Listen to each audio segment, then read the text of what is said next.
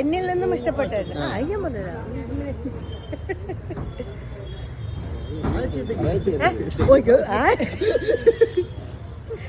എന്നിൽ നിന്ന് ഇഷ്ടപ്പെട്ട കാര്യം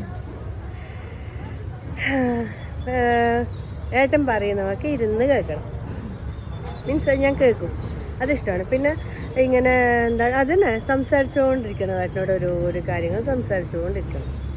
അത് എന്നിൽ നിന്ന് ഏട്ടൻ ഇഷ്ടപ്പെട്ട കാര്യമാണ് കേട്ടോ.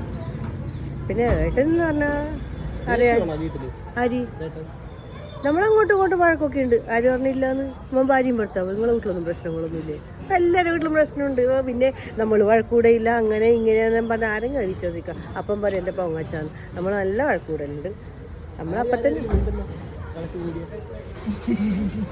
ഞാൻ ഉണ്ട് വേഗം. ഏട്ടൻ കുറച്ച് പതുക്കിയേ വേണ്ടുള്ളൂ, പക്ഷെ ഞാൻ വേഗം ഉണ്ട്.